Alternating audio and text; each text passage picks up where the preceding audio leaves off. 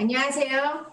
진행을 맡은 이정우 변호사입니다. 조지아 한인 변호사협회의 스몰러폼을 위원회가 유튜브를 통해 코로나와 관련된 법률 상식을 한인 동포분들에게 전하는 제6회 무료 법률 세미나입니다. 오늘은 특히 조지아 한인공인회계사협회와 공동으로 참여해 정부 지원금과 실업수당 등 코로나가 끼친 재반 분야의 회계 관련 업데이트를 발표해 주실 겁니다. 몇 가지 면책 조항을 알려드립니다. 본 세미나는 일반적인 정보를 알려드리는 것을 목적으로 하며 특정 케이스에 대한 조언이 아니므로 전문가와의 상담 없이 본인이 상황을 내려서는 안 됩니다. 또한 변호사 발표자와 청취자와의 변호사 의뢰인 관계가 성립되지 않음도 알립니다. 그래서 첫 번째 강의하실 분은 구민정 변호사입니다. 변호사님. 네, 안녕하세요. 소송 전문 로펌 인피니티 트라이얼 그룹의 구민정 변호사입니다. 세미나를 통해서 인사드리게 돼서 반갑습니다. 요즘 코로나 바이러스 때문에 그리고 폭동들 이런 것들 때문에 모든 여러분들이 많은 어려움을 겪고 계신데 특히 사업하시는 분들은 영업 중단에서 영업에 대한 제한 규정 때문에 많은 피해를 겪고 어려움을 겪으시라고 생각이 됩니다. 그래서 오늘 세미나를 비롯해서 조금이나마 도움이 될 수 있는 사업주 보험에 대한 담보 범위 등 제한 규정 등에 대해서 설명을 드릴까 합니다. 그렇다면은 일단은 시간상 사업주 보험은 다 가입이 되셨거나 이제 친근할 거라고 생각을 하고 일단은 그러면 구체적인 내용으로 설명드리겠습니다. 영업으로 중단되는 피해가 발생했을 때 대체적으로 사업주 보험으로 커버가 되는데요. 그러면은 대체적인 영업 손해에 대한 약관 문구를 먼저 이해를 하셔야 이게 담보가 되는지 아실 수 있을 텐데요. 아무래도 보험사들의 상품들이 약간씩 다르기 때문에 본인이 가입하신 사업주 보험의 약관을 검토하시는 게 일단은 최고로 중요한 거고요. 그 다음에는 이제 영업 손해 약관 문구를 보시면 되는데 지금 제가 말씀드리는 거는 일반적으로 대체적인 문구 사용되는 문구인데 그 내용은 담보가 되는 위험으로 입은 직접적인 피해로 인한 영업 손해는 커버가 담보가 됩니다. 그러면 담보가 되는 위험이란 화재, 자연재해, 폭동, 약탈, 정토 등의 입은 그런 손해로 발생하는 피해들은 사업주분들께서 담보를 받으실 수 있는데요.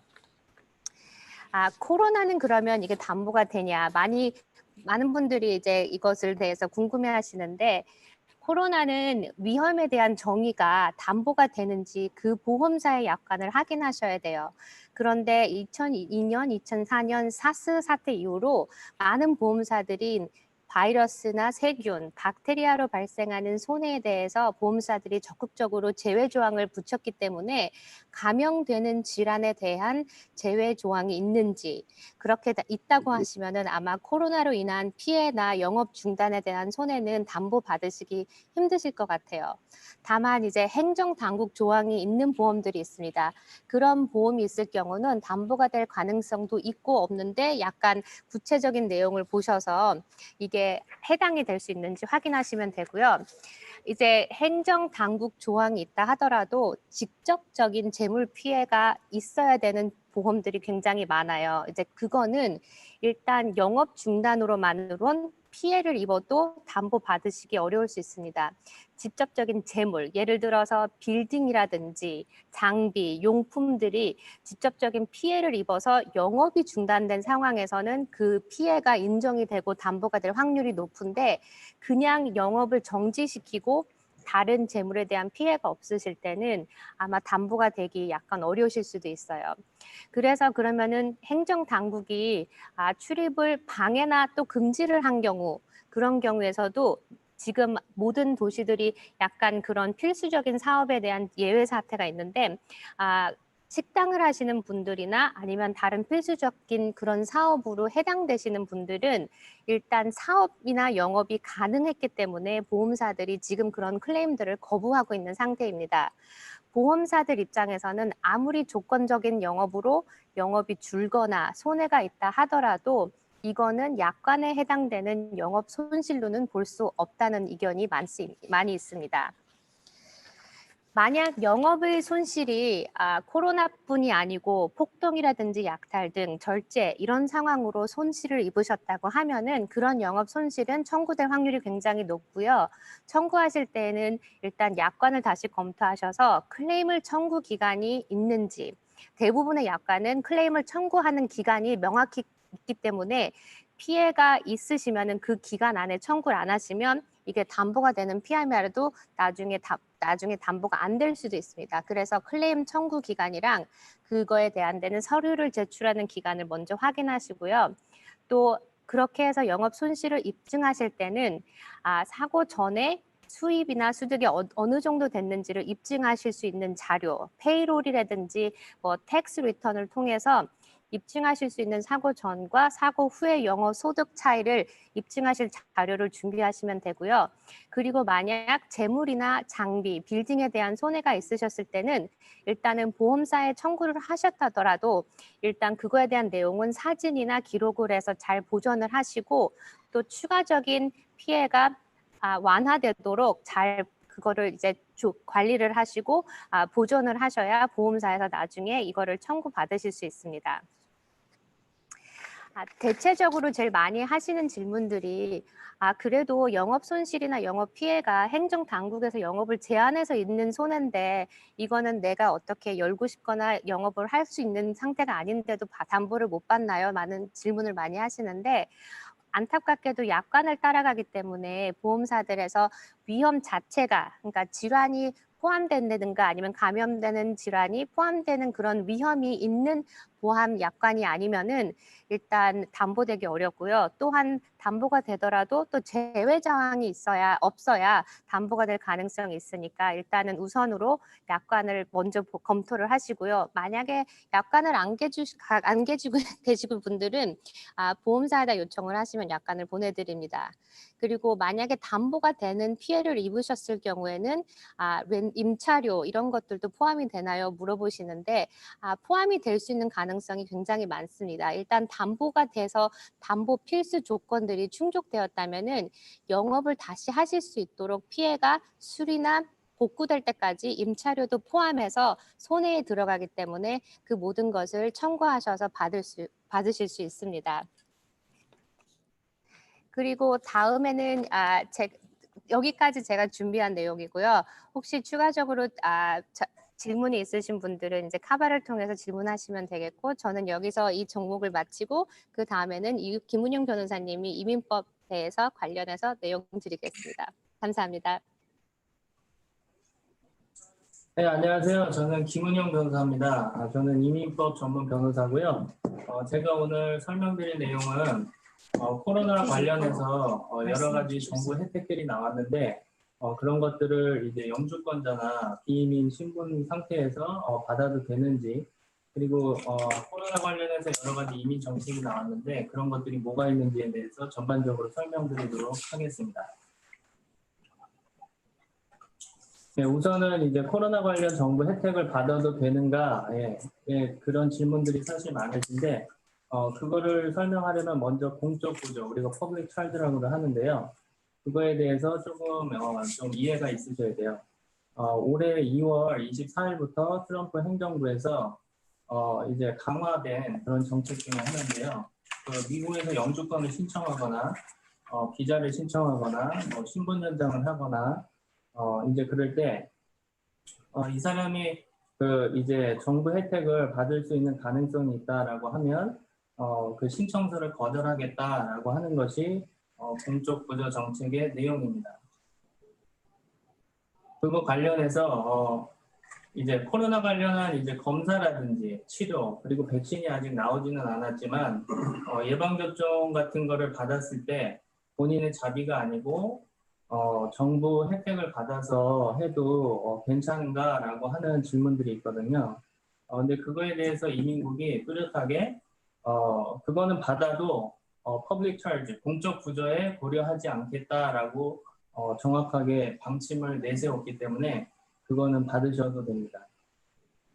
그런데 이제 국무부는 그거에 대해서 정확하게 이제 문의를 했는데 그거에 대한 답변을 정확히 하지는 않았거든요.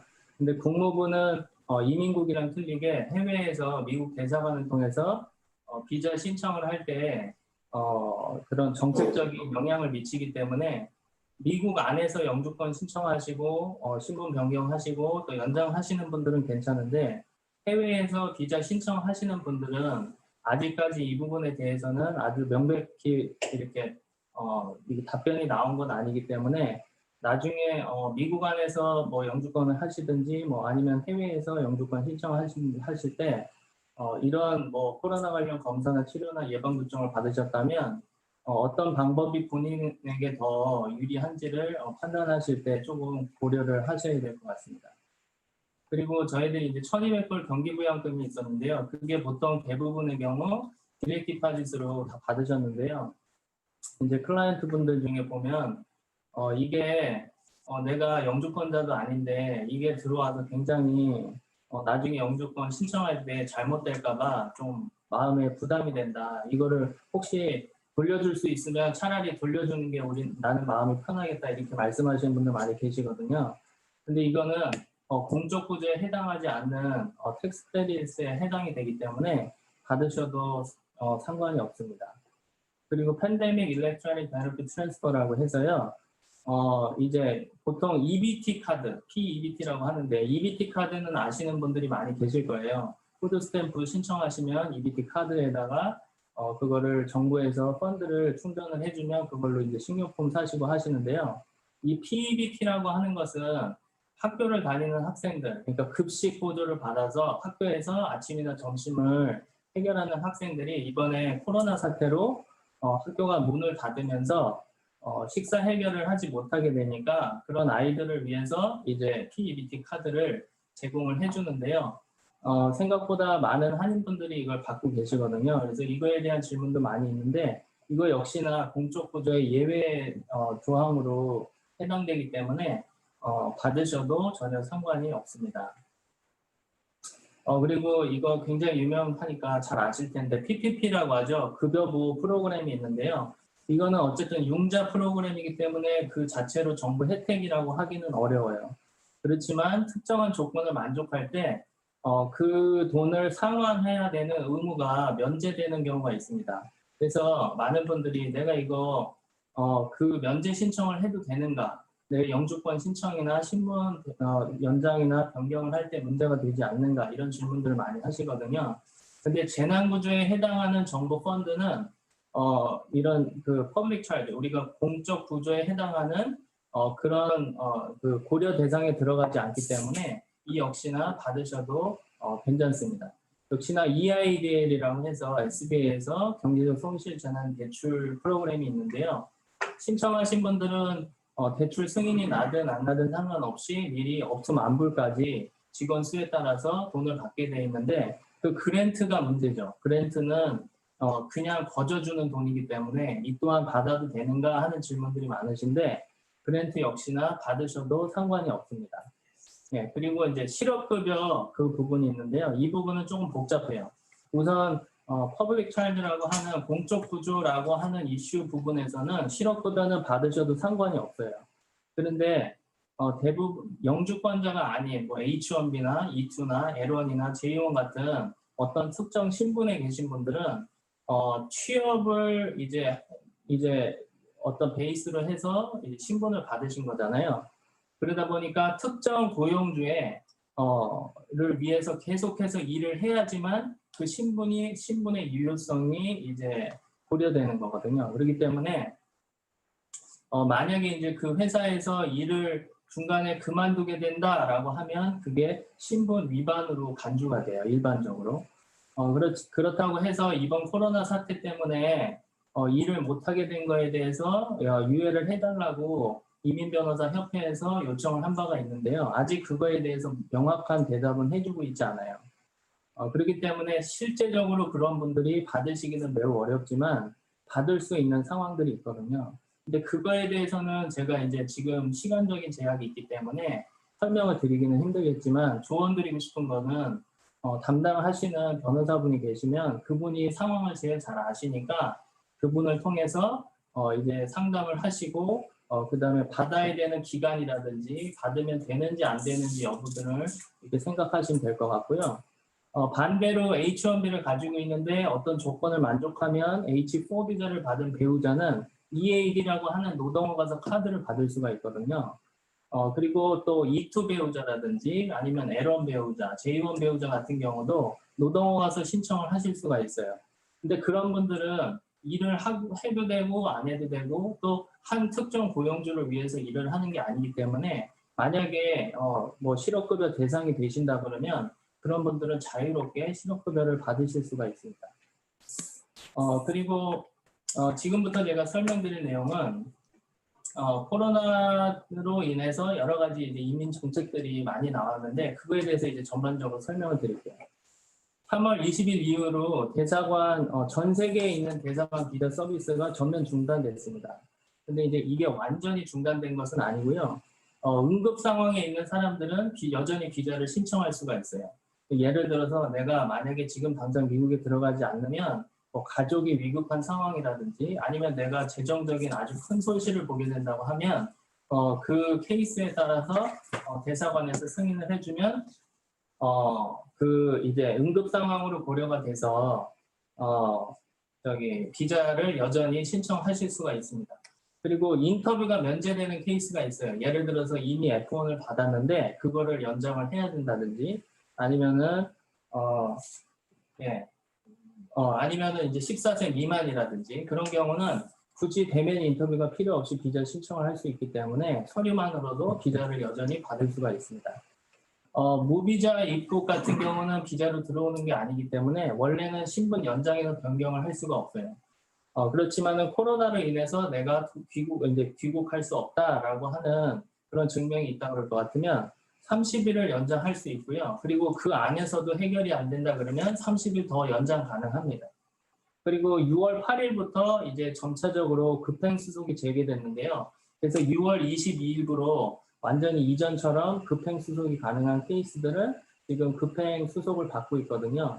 이미 접수를 하셨어도 급행을 원하시면 지금이라도 신청하실 수가 있으니까 이 부분을 고려해서 이제 신청을 하시면 되겠습니다. 그리고 3월 1일에서 7월 1일 사이에 뭐 추가 서류를 받으셨다든지 아니면은 뭐 거절로도 통지를 받으셨다든지 아니면 이미 내가 청원서 같은 걸 이제 승인을 받았는데 너는 문제가 있으니까 너 승인된 청원서를 취소하겠다라고 하는 통지를 받으셨으면 그걸 제출해야 되는 기한이 있거든요.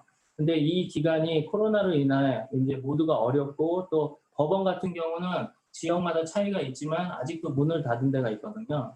그래서 원래 제출 기한으로부터 60일을 이제 이민국에서 더 연장해주겠다라고 발표를 했으니까요. 그런 부분을 이제 고려하셔서 제출하시면 될 것 같습니다.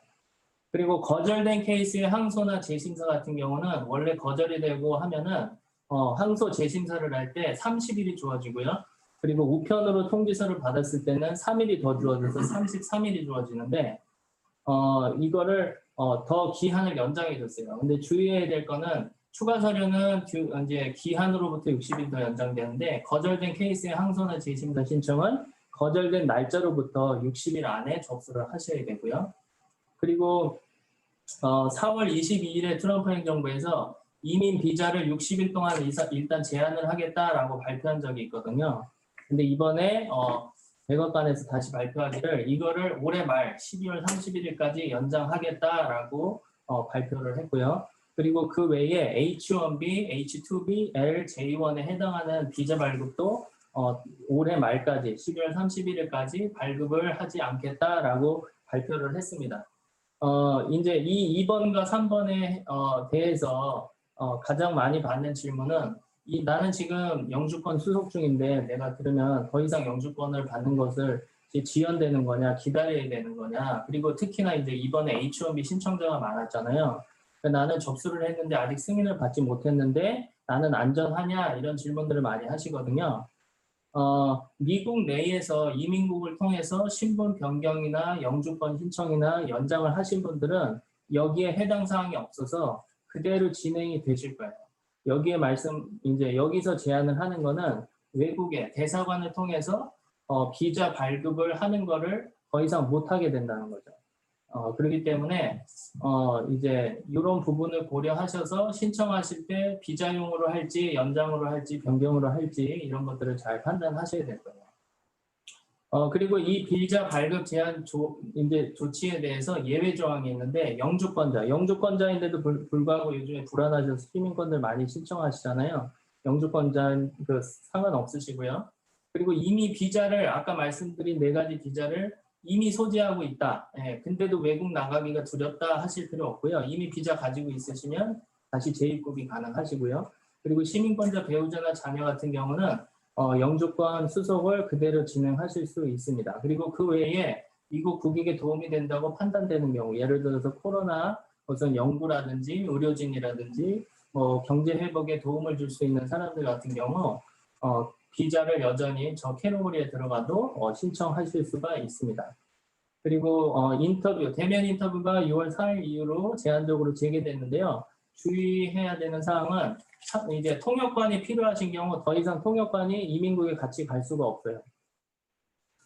대신에 이제 전화로 어레인지를 하셔가지고 그 시간에 이제 같이 갈 수는 없지만 통역이 필요한 시간에 전화를 하셔서 이제 전화를 통해서 통역 서비스를 받으셔야 되고요. 변호사는 여전히 이제 그대로 대동을 해서 같이 받으실 수 있고요. 그리고 마스크 착용이 의무화됐습니다. 마스크를 혹시라도 깜빡 잊고 가지고 가지 않으시면 그날 인터뷰를 못 보시고 무한정 또 기다리셔야 될 수 있어요. 그러니까 꼭 그것을 주의하시고요. 그리고 청각장애로 인한 수화통역 도움이 필요하시면 여기 번호로 전화를 해서 도움을 요청하시면 되고요. 그리고 15분 전에 입장이 불가하니까 이 부분 고려하시고, 그리고 이거는 의무사항은 아니고 권장사항인데요. 검정색이나 파란색 펜, 인터뷰 끝나고 보통 사인이 필요하니까요. 항상 지참하시는 게 좋을 것 같습니다.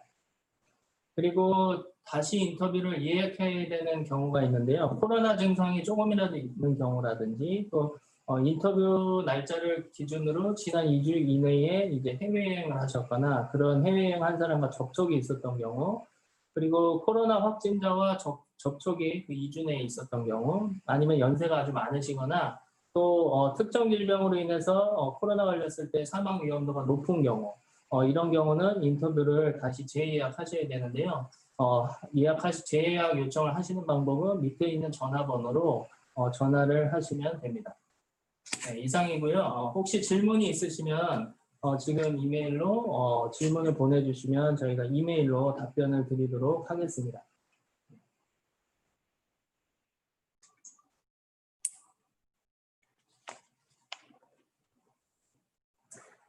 안녕하세요. 국민회계사협회 회장 윤철진입니다. 만나게 돼서 반갑습니다. 여러분들 그동안 코비드-19 관련 정부 지원 프로그램들 아마 아주 실증이 나도록 많이 들으셨을 거고, 또 공부들도 많이 하셨을 거고, 또 그 혜택을 받기 위해서 그동안 많이 바쁘셨을 거예요. 근데 지금은 이제 받으실 수 있는 혜택은 거의 다 받으셨을 거로 보고, 그래서 이제 끝나고 약간 안심들 하고 계실 것 같은데, 그럴까 봐 저희가 나섰습니다. 지금 저희가 너무 안심하지 마시고요. 아직까지 긴장의 끈을 놓치지 마시고 좀 더 주의하셔야 될 부분들이 있어요. 이제는 이 여러 가지 정부에서 줄 돈을 다 줬으니 우리들이 제대로 가져갔는지 안 가져갔는지 이제 좀 감사를 하려고 그럴 거예요. 그래서 SBA 감사, IRS 감사, 또는 심지어는 조지아 노동부 감사가 여러분들한테 올 수 있는데 여러분들이 이거에 대해서 중요 포인트를 놓치시고 어떤 잘못된 이해나 단순한 실수로서 본인들이 감사 대응할 때 큰 손해를 보게 되면 안 되기 때문에, 그래서 꼭 조심하셔야 되는 중요 포인트들을 저희가 이번에 좀 준비해 봤습니다. 지금 발표해 주실 분들인데요. 인상 참 좋죠? 오케이, 먼저 이 베스트 어카운팅 앤 텍스 솔루션 대표이신 조이스 구 회계사님이, 또 우리 조이스 구 회계사님은 또 파이낸셜 플래너로서도 이 아틀란타에서 아주 그냥 활약이 대단하신 분이 이제 EIDL과 PPP에 대해서 말씀을 해주실 거고요. 그 다음에 이제 계속해서 우리 웨슬리 회계법인의 대표이신 우리 웨슬리 윤 회계사님이, 그리고 우리 웨슬리 윤 회계사님은 지금 이 공인회계사 협회를 처음 만드신 초대 회장님이세요. 그래서 이분이 없었으면 지금 협회가 없을 수도 있어요. 하여튼 이 우리 웨슬리 윤 회계사님이 여러분들이 가장 관심을 가질 수 있는 그 실업 수당에 대해서 더 궁금한 얘기들을 말씀해 주시겠습니다. 그러시고 질문은 저희가 뭐 이렇게 제한이 있어서 받지는 못하지만 하시다가 이제 궁금한 점 생기시면 아까 우리가 서두에서 말씀드렸듯이 변호사협회나 우리 회계사협회로 이메일 주시면 저희들이 정성껏 대답해 드릴 테니까 주저하지 마시고요. 네, 감사합니다. 그럼 조이스 구 회계사님. 안녕하세요. 저는 조이스 구 회계사입니다. 제 목소리 들리나요? 네, 잘 들립니다. 좋습니다. 그 변호사님들 말씀하시는 거 들으니까 참 생각할 게 너무나 많으시겠어요. 많은 분들이. 힘들기도 한데 그런 여러 가지 생각이 드네요. 제가 오늘 커버할 거는 말씀드린 대로 아이를 론하고 PPP에 대한 얘기를 하려고 해요. 먼저 이제 두 가지를 비교해 보면서 중요한 포인트를 좀 짚어보면 어떨까 생각해요. 아까 윤철진 회계사님 말씀하신 대로 벌써 론 다 받으셨고 많이 쓰고 계시고 이제 어떻게 그 다음을 준비할까 그 과정이실 거예요. 아시는 대로 아이를 론은 최고 론 금액이 원래 맨 처음에 시작한 사람들은 더 많이 받았죠. 근데 이제 세컨드 라운드부터는 15만 불이 맥시멈으로 준 것 같아요. PPP 론은 10 밀리언까지고. 그리고 아이를 론을 사람들이 막 좋아서 다 신청한 이유가 10,000불까지는 공짜로 준다. 그것 때문에였어요. 그렇죠? 그래서 인플로이 숫자대로 10,000불까지 받으신 분도 꽤 많으세요. 그렇죠? PPP 론은 탕감 여부가 거의 100%. 그래서 신청을 했죠. PPP 론의 장점은 담보가 없어요. 그렇죠? 아무 그 론 금액을 정하는 게 strictly 그 페이로럴 베이시스로 했잖아요. 그렇죠? 그래서 담보가 없는데 아이를 론은 25,000 이상이 되면 담보가 생기게 되는데 그게 말하자면 비즈니스라든지 이코노미라든지 그런 게가 되는 거죠. 그래서 이걸 론을 받고 이제 뭐 15만 불 정도에 받았어요. 그러면 회사가 이사 가려고 해도 미리 SBA에 알려줘야 해요. 그냥 이제 마음대로 갈 수 없고 그런 단점이 있습니다. 20만 불이 넘어가야 퍼스널 개런티를 하기 때문에 이제 20만 불이 이하잖아요. 15만 불이면 그러면 이제 내가 개인적으로 내 재산을 다 이제 내놓으면서 그거를 갖다가 지키겠다고 하는 건 아니에요. 이제 우리가 아시는 대로 아이들 론에 이제 어그리먼트를 받으신 분, 페이퍼워크를 받으신 분은 보시면 자동적으로 페이먼트가 12개월 동안은 내지 않아도 되게 그렇게 계산을 해놨어요. 그런데 이제 여기서 가장 이제 많이 물어보시는 것들이 12개월 동안 원금 쓰고 이자도 안 내고 그냥 13개월 될 때 다 갚아버리면 돈 하나도 안 내도 되네. 그렇게 생각하시는 거예요. 이자를 하나도 안 내도 되네. 그렇게 생각하시는 분들이 많으신 것 같아요. 근데 그렇지 않고요. 인트레스트 자체는 그러니까 이자는 12개월 동안 계속 자라고 있어요. 자라고 있다가 그게 그 밸런스 내야 되는 금액에 더해져서 나누어서 내게 그렇게 계산이 되어 있습니다. 그러면은 PPP 론은 자동 페이먼트가 지연되나요? 그러니까 저는 안 된다고 생각하잖아요. 그런데 그거는 이제 안 된다고 하는 말이 맞는데 실질적으로는 자동적으로 페이먼트가 지연된다는 말이 있는 건 아니지만 탕감 서류가 처리될 때까지. 그러니까 커버 기간이 다 끝난 10개월 뒤까지. 그러니까 가장 오랜 기간이라고 하면 적어도 2021년 10월까지는 페이먼트가 지연된다고 볼 수 있겠죠. 그렇죠? 24주를 그 커버 피어리드로 사용하시는 분들에게는. 그렇죠? 아이들로는 term이 3.75% 30년에 걸쳐서 나눠낼 수 있어요. 미리 갚아도 페널티가 붙지 않아요. 그거고 PPP 로는 1%로 인트레스가 이자가 1%밖에 되지 않고 이제 이번에 5년까지 연장이 됐죠. 그렇게 나눠서 하실 수 있어요. 그런데 이제 이렇게 되리라고는 생각 안 해요. 왜냐하면은 거의 100%가 다 탕감을 받으실 거라고 예상을 하거든요. 지금 이제 우리가 이 같이 이 시간을 보내고 싶은 이유는 아마 이걸 것 같아요. 론 사용 용도. 이게 지금 가장 중요한 문제거든요. 그래서 이 돈을 받았는데 이거 어떻게 써요? 그러면 이제 아이들하고 PPP 론을 두 개 다 보시면 두 개 겹치는 것들이 있어요. 그렇죠? 렌트도 겹치고 유틸리티도 겹치고 페이롤도 겹쳐요. 그렇죠? 겹치지 않는 거가 있다고 하면 accounts payable. 그렇죠? 그러니까 아이들 론을 사용하는 데 있어서 가장 꼭 생각해 두셔야 되는 거는 내가 이 비즈니스를 하는데 들어가는 돈, 필요한 돈입니까? 그거가 중요한 어떤 매저가 될 수 있을 것 같아요. 그러니까 accounts payable이라고 하는 거는 보통 이제 비즈니스를 하시는 분들은 물건을 사기도 하고 하잖아요. 그러면은 물건은 오늘 받지만 당장 페이를 안 할 수 있잖아요. 그렇죠? net 30라는지 뭐 이렇게 하잖아요. 그런 것들이 다 accounts payable에 들어가죠. 뭐 텍스를 내는 것도 내야 되는데 그죠? 안 내고 좀 이따 내기도 하고 이런 거 있잖아요. 말하자면 그런 이제 accounts payable이 그러니까 비즈니스를 운용하는데 드는 돈을 쓰세요. 돈으로 쓰세요. 그런 뜻이 되겠어요. 그러면 이제 돈을 오케이 그렇게 쓸게요 했어요. 그런 다음에 이제 우리가 돈을 쓰면서 이제 준비해야 되는 건 아까 인철 회계사님께서 말씀하신 대로 감사가 나오면 어떻게 할까요? 이거예요. 저희가 생각해 보기에는 감사 내용이 한 3가지 정도 나눠질 것 같아요. 감사를 어떤 것을 감사할까? 첫째는 신청 자격을 제대로 맞는 사람이었나? 그런 다음에 두 번째가 대출 금액을 계산한 거 그리고 그 사용 용도가 우리가 원하는 대로 쓰셨어요. 그거일 것 같아요. 그거를 준비해 놓는 게 우리가 감사를 대비해서 준비해 놓을 수 있는 그런 일들이 되겠죠. 탕감 금액 계산은 이것도 이제 PPP 론도 벌써 사기친 그런 큰 회사들이 있다고 하는데 여튼 우리 주위에 있는 한인 비즈니스 하시는 분들은 그런 분이 없으니까 탕감 금액 계산은 이제 24지로 지금 현재 연장된 상태라서 우리가 그전에 했던 대로 그대로 했고 데리고 있었던 인플로이를 데리고 있었고 줄 만한 돈을 줬고 하면 아무 문제가 없을 것 같아요. 탕감되는 거는.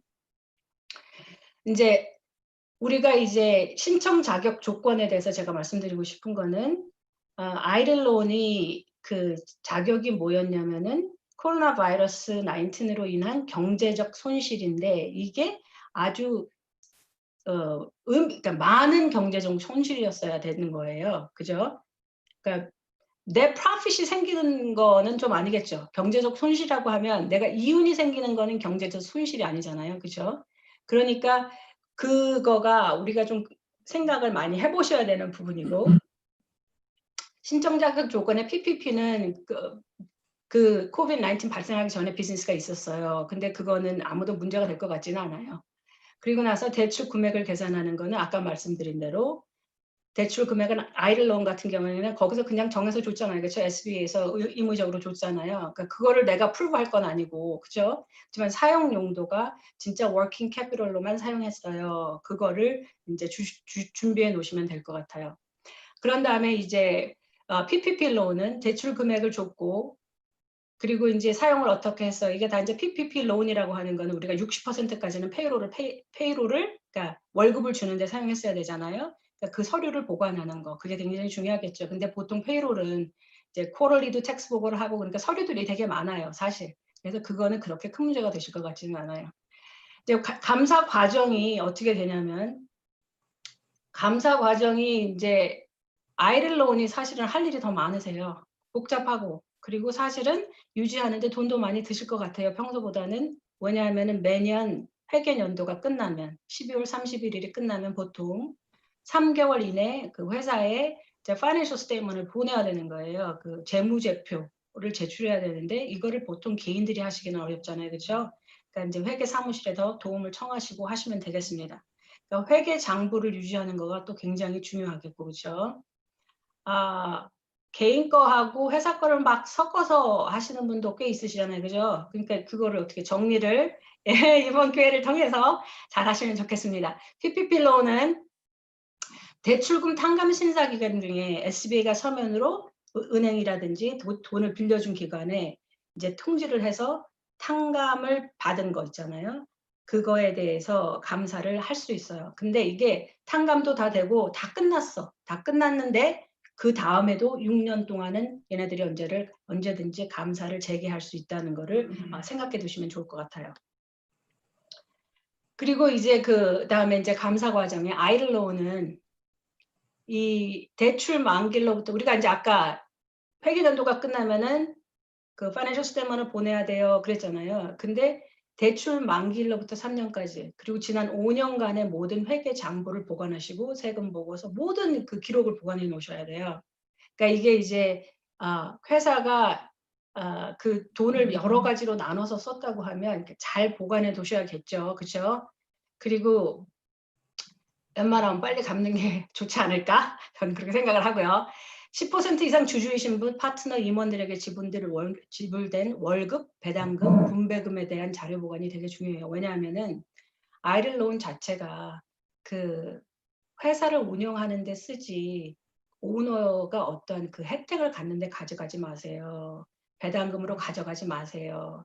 회사를 확정하는 데 쓰지 마세요. 그런 뜻이거든요. 그러니까 그거 굉장히 중요하실 것 같아요.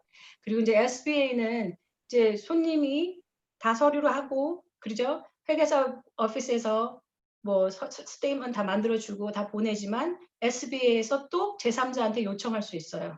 우리가 감사를 하겠다. 그러면 그 경비가 이제 텍스페이어, 그죠? 이 론을 받으신 분한테 있어요. 그런 것들이 있을 수 있고 감사 결과가 있어요, 그렇죠? 그런 일이 없겠다고 우리는 생각을 하지만 또 그러기를 바라지만 감사를 했는데 우리 아이들 론의 대출금을 의도적으로 오용한 경우, 그 경우에는 민사상 책임이 있고 법이 허용하는 한 손해배상을 할 수 있고요. SBA 대출금의 1.5배까지 갚아야 하실 수 있어요. PPP는 조금 더 센 것 같아요, 그렇죠? 근데 PPP를 그 감사하기는 그렇게 많지 않을 거라 생각은 하지만 SBA가 탕감 금액이 합당하지 않다고 생각하면 대출자의 탕감 신청이 전체적 혹은 부분적으로 거부될 수가 있고요. 그러면 이제 받은 사람이 그 거부됐을 경우에는 나 그거 그럼 왜 안 되는지 나는 동의 안 한다. 그러면 항소를 하실 수 있어요. 근데 이제 뭔가 고의로 신고를 하고 허위 진술을 하고 그렇게 되면 최고 5년의 징역 또는 25만 불의 벌금을 내실 수 있게 됩니다. 정부 돈이 좋기도 하고 안 좋기도 해요, 여러분. 필요해서 어쩔 수 없이 저희가 쓰고 신청을 하지만 그죠? 이제 그 다음에 우리가 이게 많이 생각하고 요즘 많이 이제 물어보시는 것 중에 하나란 말이에요. PPP도 받았어요. 아이들 론도 받았어요. 그 다음에 PUA도 받았어요. 그러면 이제 나름대로도 걱정이 되시는 분도 있어요. 그렇죠? 그러니까 PPP 론하고 아이들 론을 모두 받았는데 융자금을 같은 목적으로 쓸 수 없다고 그렇게 명시되어 있거든요. 근데 이걸 정확하게 확실하게 뭐 어떻게 꼭 안 되는지에 대한 그 정의가 설명이 없는 거예요. 그래서 저희가 레커멘드 하는 거는 아이들 론이 아까 말씀드린 대로 커버하는 게 비슷한 거 있잖아요. 페이롤 커버하고 유틸리티를 커버하고 그렇죠. 그러니까 그런 거를 쓰게 된다고 하면 혹시나 페이롤로 아이들 론도 쓰셔야 된다고 하면 종업원이 웨이지를 주는데 아이들 론으로 쓰셔야 된다고 하면 저희가 레커멘드 하는 거는 PPP 융자금 먼저 다 쓰시고 그렇죠? 그래서 PPP 융자금으로 그 웨이지를 다 주시고 그런 다음에 그 다음에 아이들 론으로 웨이지를 주세요. 페이를 해주세요. 종업원들을. 그렇지만 다른 기간에 그렇죠? 같은 기간에 그렇게 하시지 마시고 다른 기간에 그렇게 하시기를 권해드리고요.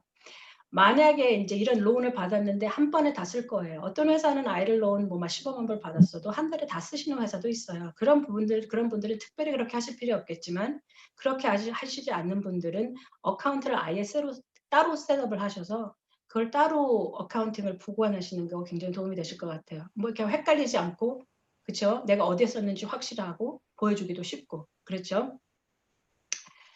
그 다음에 이제 저희가 쉐어하고 싶은 거는 아이들 론을 받으신 분들은 혹시 다른 기관으로부터 구제 지원금이나 그렇죠? 그리고 혹은 타 출처 보상금 수령을 할 경우에 SBA에 즉시 통보하고 SBA에게 돌려줘야 합니다. 이게 뭐냐면은 여러분들 요새 아시는 대로 캅 카운티라든지 고넷 카운티에서 그랜트도 주고 그죠? 노은도 주고 그런 거 하잖아요. 그런 거를 받으면 SBA에 보고를 해야 돼요. 보고를 해서 그 돈을 돌려줘야 돼요. 그러니까 SBA 말은 나 모르게 아무것도 하지 마 뭐 이런 뜻이겠죠, 그렇죠? 그리고 그 이상을 받으면 안 돼. 뭐 이런 건가 봐요. 그렇죠? 어찌 되었거나 그럼에도 불구하고 여러분 그란트를 받으면 그거는 인트레스트가 없죠. 인트레스트가 없으니까 그러니까 카운티에서 그런 그란트를 준다 그러면 다 받으시고 보고하시고 여기서 빼면 되잖아요. 왜냐하면 아이들 로운은 론이라서 3.75%의 이자가 있으니까 그렇죠.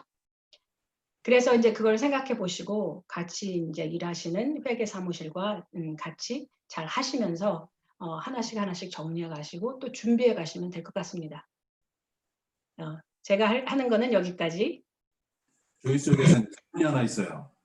네, 우리가 뭐 한 달 전쯤에 PPP는 이제 네. 셀프하우스라고 해서 내가 네. 경제적 타격이 있느냐, 네, 능력이 있느냐, 네. 이거에 대한 자격 요건은 네, 1년 미만이면 다 인정해 주기로 했는데 네, 네. 이 EID는 아직 그 얘기가 없잖아요, 그죠? 없죠. 네, 그래서 아까도 말씀하셨는데 심각한 경제적 타격, substantial economic injury, 네, 네. 주관적인 표현이잖아요, 그죠? 그렇죠, 그렇죠.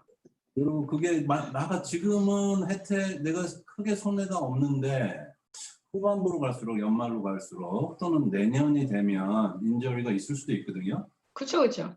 도대체 언제까지 내가 이코노믹 인저리가 있었는지 없었는지를 판단하는 수가 있을까요?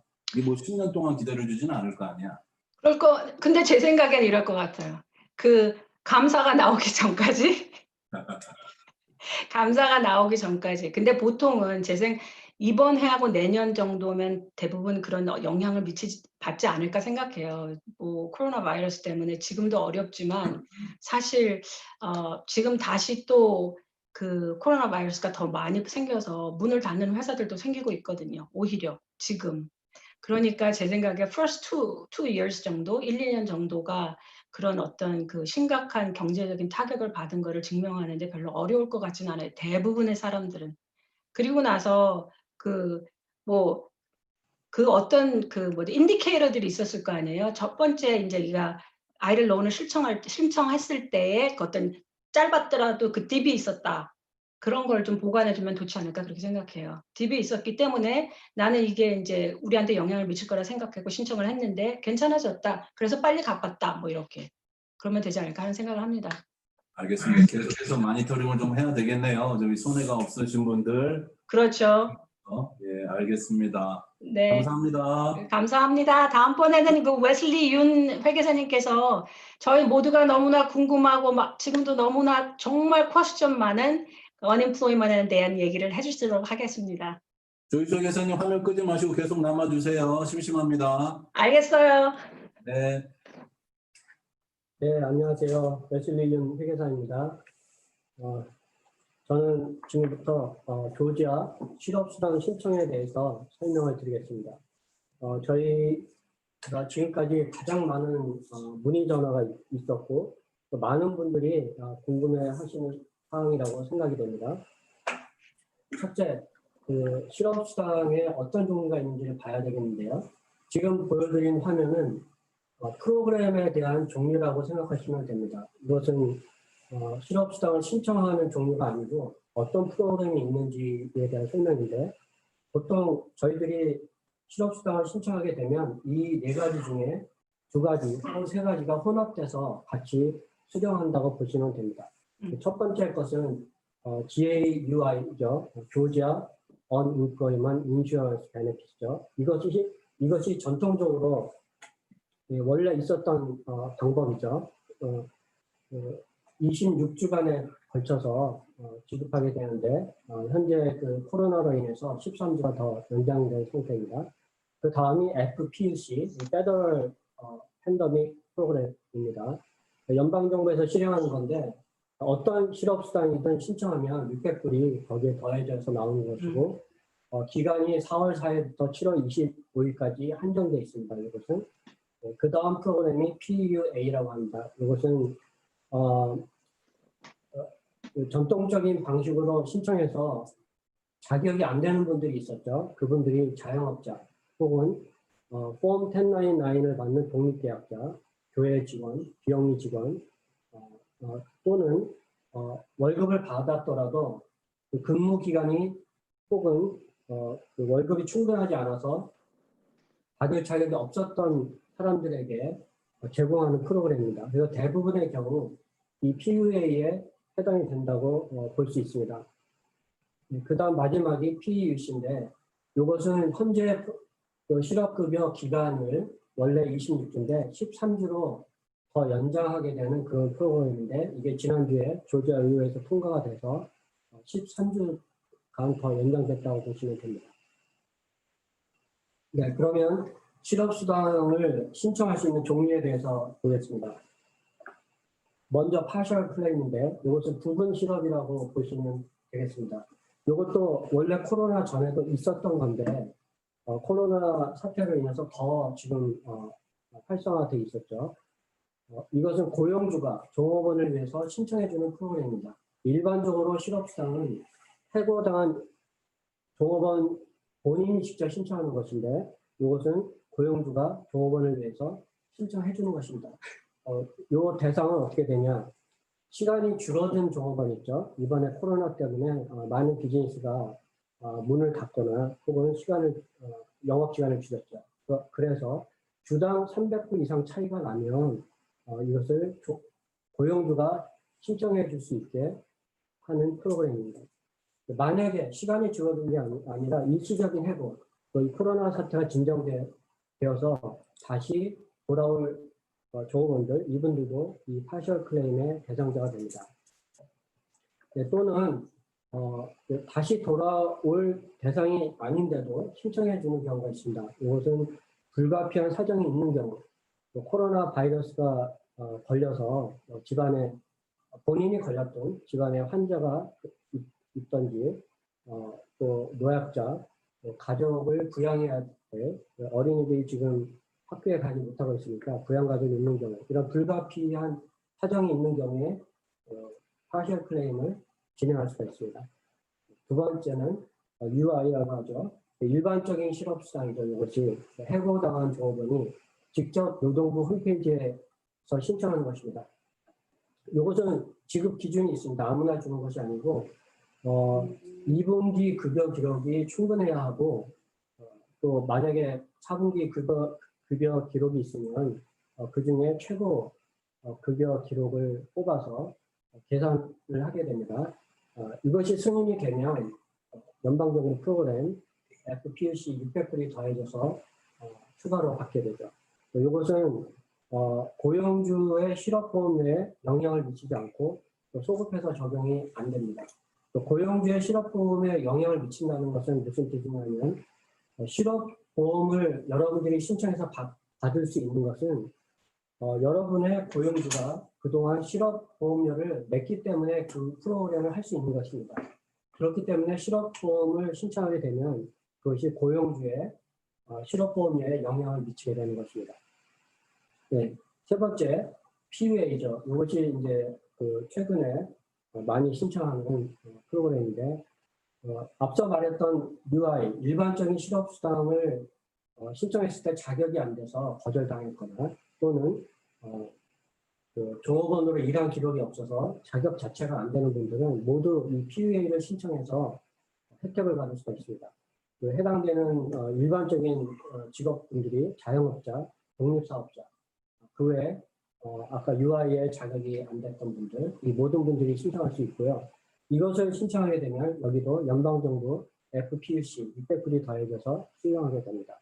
이것은 특이하게 4월 첫 주부터 소급해서 신청이 가능하고 다음 달 7월 25일이 마지막 주죠. 7월에 이 마지막 주까지가 만료일입니다. 다만 여기서 주의할 점은 PUA를 신청했는데 최근 몇 년 동안 예를 들어서 2년 전에 1년 전에 종업원으로 일했던 기록이 있는 경우는 PUA를 신청을 했더라도 UI로 그것이 돌아갈 수가 있습니다. 이렇게 되면 소급해서 신청할 수 없는 사태가 일어날 수 있습니다. 그래서 이런 점은 주의해서 이해를 하셔야 남들은 소급해서 받았는데 본인은 왜 소급해서 못 받나 이런 거에 대한 질문에 대한 답이 될 수 있을 것 같습니다. 네, 그러면 UI 실업급여 대상이 어떤 분들이 되는지 한번 살펴보겠습니다. 네, 먼저 생각하실 것은 신청 당시에 종업원으로 일을 하고 있으니까 여기서부터 출발을 해보면 종업원으로 일을 하고 있었는 경우는 이것이 파셜 클레임이 가능하기 때문에 먼저 본인의 고용주에게 문의를 해봐야 됩니다.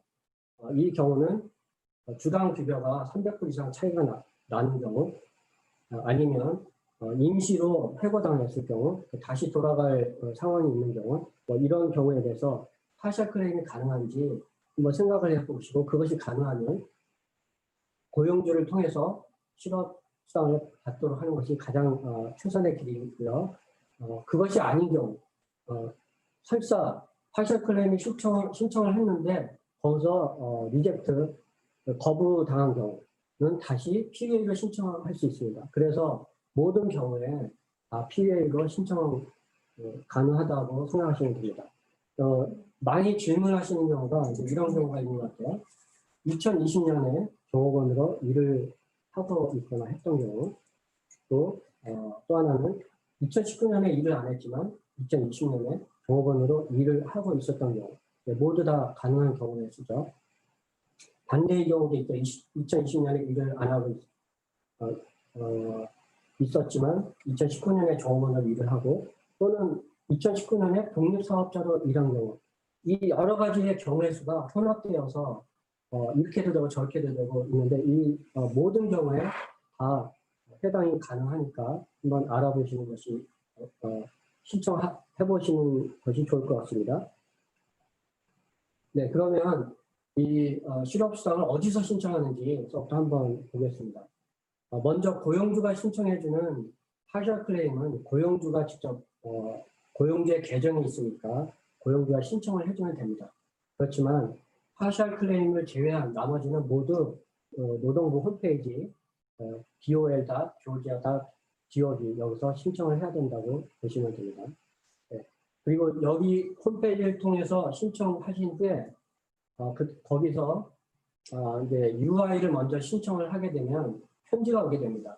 편지가 이메일로도 가고 실제 메일로도 가는데 그 편지가 디터미네이션 레터인데 거기에 보면은 당신은 주당 얼마를 받을 수 있습니다. 혹은 당신은 받을 수 없습니다. 거기에 0이라고 적혀서 나오는 경우도 있습니다. 네. 얼마를 받을 수 있습니다라고 편지를 받으시면 그건 승인이 된 겁니다. 그래서 그 다음부터 위클리 클레임을 계속 하시면 되고요. 만약에 거기에 리젝션 노리스가 오면 혹은 이메일이 오면 그 다음 단계로 PUA를 신청해야 된다고 봅니다. 여기서 UI를 신청했는데 당신은 자격이 없다고 편지를 받으신 상태에서 그냥 그만두신 안 되는가 보다 그만두신 분들이 꽤 있으시더라고요. 그런 분들은 모두 PUA를 다시 신청해야 된다고 생각하시면 됩니다. PUA는 어디서 신청하는지 보셔야 되는데 이것은 홈페이지에 PUA 신청하는 버튼이 없습니다. PUA 신청은 이메일로 안내문이 오면 거기에 그 PUA 링크가 있어요. 그래서 거기를 따라가서 링크를 따라가서 신청을 해야 합니다. 그래서 이 홈페이지 없기 때문에 많은 분들이 여기서 혼돈을 하시는 것 같습니다. 자, 그러면 모든 신청이 끝나고 승인이 됐다고 최종적으로 보통 그 레터를 받으시는데 레터에 보면 주당 얼마를 받습니다. 이렇게 보통 노티스가 옵니다. 그 다음에 위클리로 계속 클레임을 하셔야 됩니다. 승인은 됐는데 매주 클레임을 안 하시면 받을 수가 없습니다. 그래서 매주 클레임을 안 하셔서 못 받으신 분들도 있으셨더라고요. 그러니까 그래서 저희가 위클리 클레임을 하시도록 해서 받으셨는데 위클리 클레임도 두 가지가 있습니다. 이게 조심해서 하셔야 되는데 처음에 UI 신청을 하셔서 승인되신 분들은 클레임 위클리 베네핏 페이먼트를 하셔야 되고요. PUA까지 신청을 하셔서 승인받으신 분들은 리퀘스트 위클리 PUA 페이먼트를 클릭하셔서 신청을 해주셔야 됩니다. 네, 지금 보이시는 화면 이게 뒤로 가는 게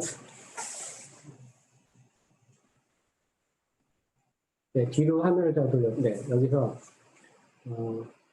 여기 보시죠 버튼 Apply for Unemployed Benefit. 이것이 모든 경우의 수에서 첫 번째 해야 되는 그런 버튼입니다. 이 버튼을 찾지 못해서 굉장히 헤매시는 분들도 제가 봤습니다. 그래서 UI를 신청하든 PUA를 신청하든 먼저 첫 번째 단계가 이 버튼이라고 보시면 됩니다.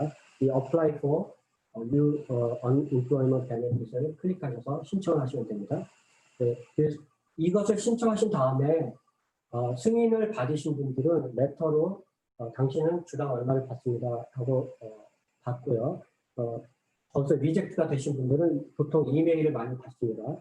이게 이제 그 리젝션 됐을 때 받는 이메일인데요. 여기 보시면 뭐 여러 가지 내용이 써 있는데 PUA라고 이렇게 링크가 걸려 있습니다. 이것을 클릭하셔서 계속 따라가셔야 됩니다. 이것을 클릭하면 아마 한 두세 번 정도 더 클릭하셔서 따라가셔야 될 텐데 끈기 있게 따라가셔서 그 질문 사항이 나올 때까지 소셜번호 물어보고 핀 넘버 넣고 아마 이런 과정이 있을 거예요. 그때까지 하셔서 신청을 하셔야 됩니다. 네, 그러면 신청을 하고 나서 UI를 신청했을 때 이제 질문이 상당히 많아요. 그 UI 신청에서 그 질문이 굉장히 많은데 그 질문에 대해서 원 바이 원 그 전문가한테 물어보면 전문가도 모릅니다. 그 질문에 대한 대답은.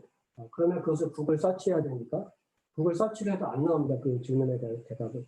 많은 질문이 있지만 모두 상식선에서 대답을 하셔야 됩니다. 이 질문은 누가 가르쳐 줄 수 있는 대답이 아니기 때문에 본인이 최대한 상식선에서 대답을 하시고요. 그 중에 좀 중요하다 싶은 질문을 제가 두 가지를 골라봤는데 최저 셀러리가 얼마였냐 뭐 이런 걸 묻는 게 있어요.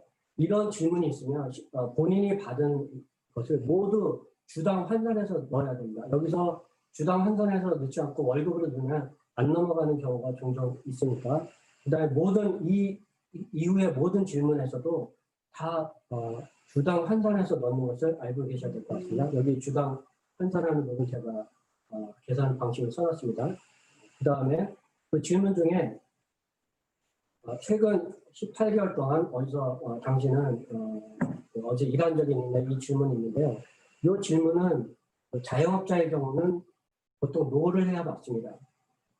이것을 예스하게 되면 그 이후의 질문이 또 상당히 끝이 없이 나오는데 대부분 인플로이어에 대한 본인의 고용주가 누구였는지에 대한 질문이 많습니다. 그렇기 때문에 자영업자분들은 이 질문이 나올 때 노를 해야지만이 거기서 끝난다는 거 주의하셔야 되겠습니다. 네, 그 다음에 UI를 신청한 다음에 리젝션이 됐고 그 다음에 두 번째로 PUA를 신청했을 경우에 PUA 신청에서도 이제 꽤 질문이 있는데요. 그 첫 번째로 일을 하지 못한 이유에 대해 많은 질문이 있습니다. 대부분 코비드 때문에 어쨌다, 코비드 때문에 일을 못했다 이런 여러 가지 질문이 있는데 본인이 알아서 적절한 대답을 선택하시면 됩니다.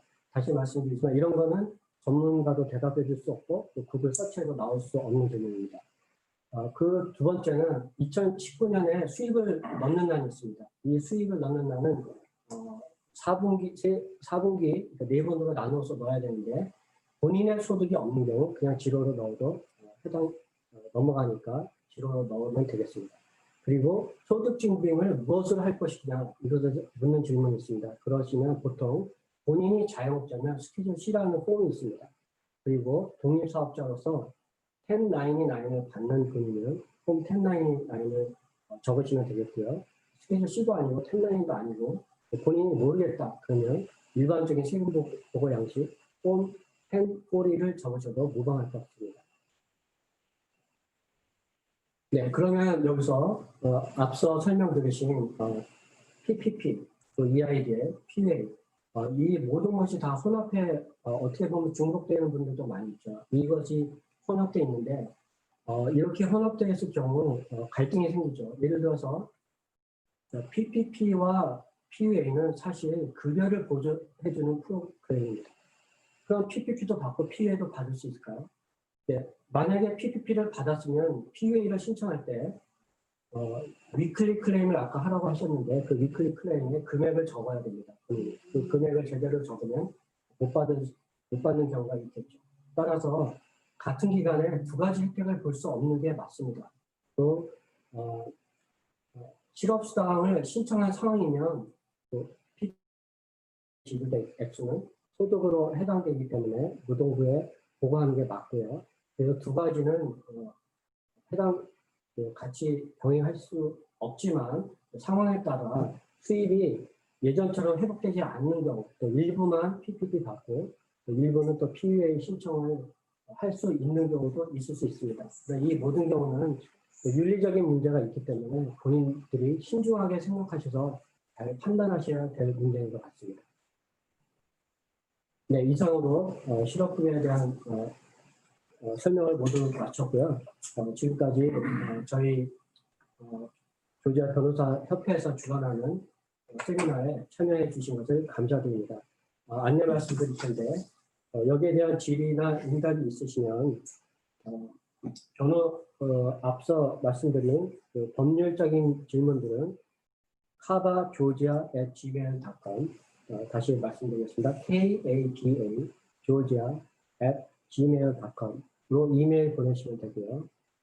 회계, 아이돌, PPP, 실업수당에 관련된 것을 저희 조지아 회계사 협회 이메일 kascpaga@gmail.com kascpaga@gmail.com 이쪽으로 문의해 주시면 답변을 받을 수 있습니다.